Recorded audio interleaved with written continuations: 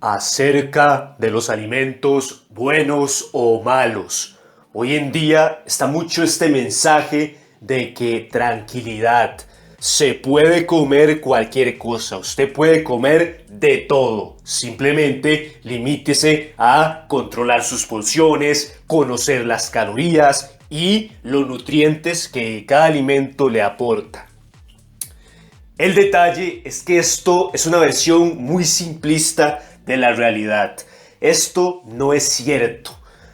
Pues sí que existen alimentos que son malos. Pero a ver, no estoy hablando del simple hecho de que ya porque consumimos X o Y alimento, este tipo de preguntas como la papa engorda, el arroz engorda, etcétera, etcétera, no tienen validez porque ya hemos dejado claro que lo que realmente determina si bajamos, si subimos o si mantenemos el peso es el número total de calorías. ¿Cómo se obtienen esas calorías? A través de los alimentos, pero es la suma de todos los alimentos. Uno solo, un alimento por sí solo, no tiene la capacidad de hacer que usted aumente de peso, que baje o lo mantenga. Es el total consumido durante un día, durante una semana, durante el mes.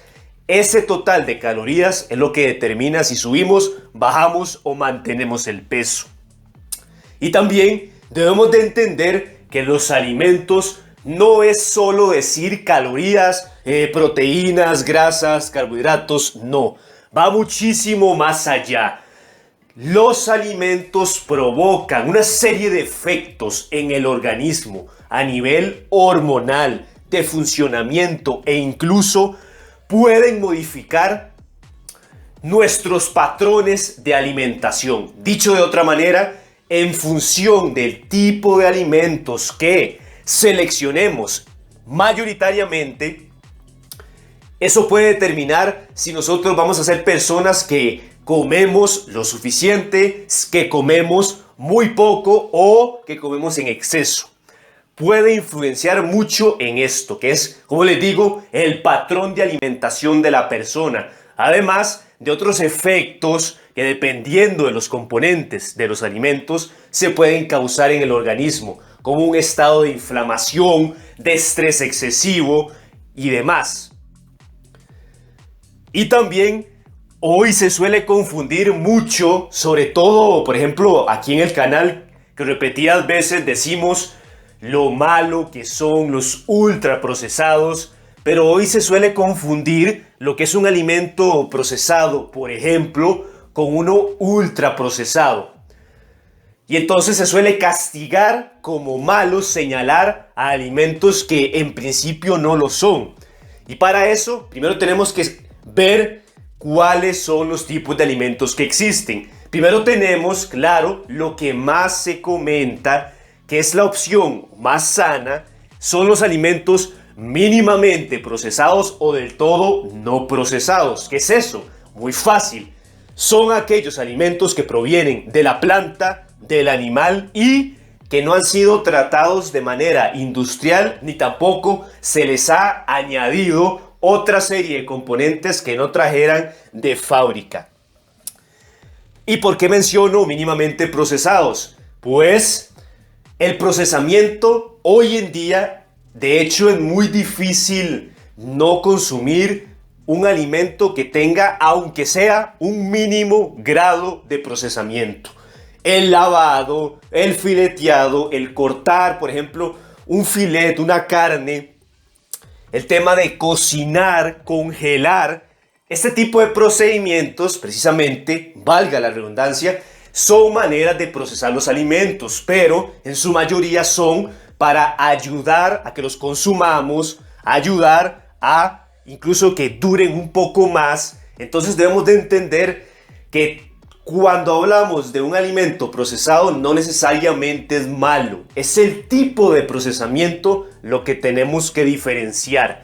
Una cosa es un procesamiento para que nos sea más sencillo consumirlo, para que dure más hasta ahí y ya luego entonces entramos a otro nivel, que es donde hablamos de los procesados. Los alimentos procesados es tomar una parte del alimento original y añadirle una serie de componentes como puede ser aceites, azúcar, sal, principalmente para promover una mayor duración del alimento y mejorar su sabor. Sin embargo, aquí debemos de hacer una pausa.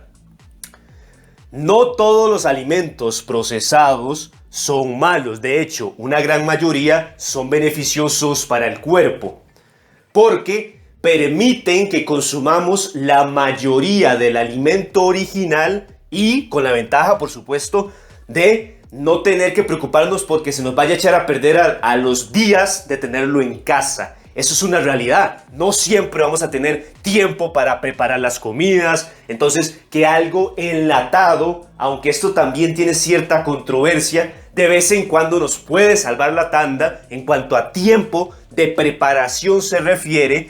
Y aquí estamos hablando de alimentos procesados, algunos, pero también es cierto que hay otros que no son tan beneficiosos. Caso concreto, el yogur. El yogur es una forma de procesar los lácteos, el producto original, mínimamente o sin procesar, obviamente la leche que viene de la vaca. Pero una vez que se transforma en yogur, tiene cierto grado de procesamiento. Y ojo, el yogur es un alimento natural y saludable. El problema es que en la mayoría de los casos se le añade en ese procesamiento mucha azúcar. Así que este azúcar produce otra serie de efectos, que era lo que les hablaba, que no solo son calorías y nutrientes. El azúcar, por ejemplo, deshidrata el cuerpo y muy probablemente esa deshidratación la vamos a confundir con hambre, provocando que comamos en exceso. Al tener tanta azúcar, no nos va a saciar, va a ser más difícil que nos deje llenos, entonces igual más probable será que comamos en exceso. Entonces, además de que ese azúcar por sí sola añade muchísimas calorías. Entonces son esos pequeños detalles. No todos los procesados son malos, pero tampoco todos son buenos, ni mucho menos deberían consumirse de manera regular.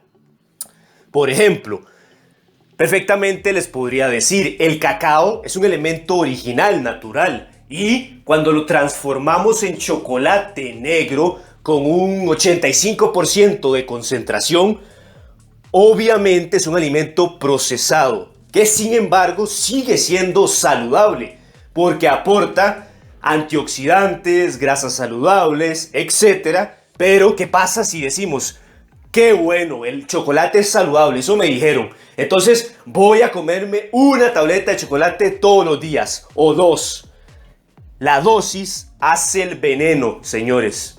Por tanto, si nosotros tomamos el concepto de que el chocolate con este porcentaje de cacao es saludable, pero lo llevamos al extremo y lo consumimos en exceso, entonces ahí estaríamos transformando ese procesado en uno malo. Así que no solamente es la composición del alimento, sino la manera, el patrón de consumo. Ahora, les hago una salvedad. Va a ser muy distinto, va a ser menos probable que, por ejemplo, comamos en exceso, qué sé yo, unas verduras o manzanas, incluso el mismo chocolate negro, porque la realidad es que en su forma más pura y con ningún aditivo o muy pocos, es bastante amargo, no a muchas personas les va a gustar. Este tipo de alimentos mínimamente procesados y procesados va a ser mucho más difícil que los consumamos en exceso. Esa es una realidad. En contraste, ahora sí, a su contraparte, a el grupo de alimentos que sí debe ser considerado como malo, dañino, veneno para el cuerpo. Me estoy refiriendo a los alimentos ultraprocesados. Esos que ya incluyen procesamiento industrial, aditivos igual, azúcar, grasa, aceite, sal, pero llevados mucho más allá en mayores cantidades, y también tienen otra serie de aditivos que ya son potenciadores de sabor, colorantes, conservantes y muchos otros elementos que se fabrican de manera industrial. Una de las maneras para identificar a un ultraprocesado es cuando ya perdimos por completo la percepción del alimento original. Ejemplo, el original, el natural, es el cacao. El procesado es el chocolate negro con una alta concentración de cacao. Y el ultraprocesado son los típicos cereales de bolitas, de hojuelas, sabor chocolate. Ese chocolate supuestamente presente en estos cereales, que por favor no les den a sus hijos, eso es pura basura, no alimenta pero nada. Ese cereal, ese supuesto chocolate, es creado en su mayoría artificialmente. De hecho, en muchos casos ni siquiera contiene ni un 1% del cacao original. Esa es la explicación. Un ultraprocesado va a contener muy poquitos elementos, ingredientes de su alimento original. O del todo no va a contener nada. En este caso, el chocolate del cereal es totalmente artificial. Nada que ver con el cacao original. Ahí es donde entra el concepto de que no solamente debemos pensar en cuánto de proteína, cuánto de grasa, cuántos carbohidratos, cuántas calorías, porque además, y si bien es cierto, los ultraprocesados aportan pocos nutrientes y muchas calorías, cualquiera podría decir no, pero es que si entra en mis macros, yo perfectamente lo puedo calzar, no pasa nada. Es donde debemos ir un paso más allá y investigar, conocer de qué manera los otros componentes aditivos generados industrialmente y añadidos a estos ultraprocesados, una vez que nosotros lo consumimos, ese alimento, cómo es que afecta a nuestro sistema, a nuestro cuerpo. Eso es algo que veremos en la siguiente parte de esta serie. Y también la pregunta del millón. Pero ¿cuál es el porcentaje de estos alimentos que yo debería consumir o que puedo permitirme para no engordar, para no pasarme? Porque esa es una pregunta muy recurrente.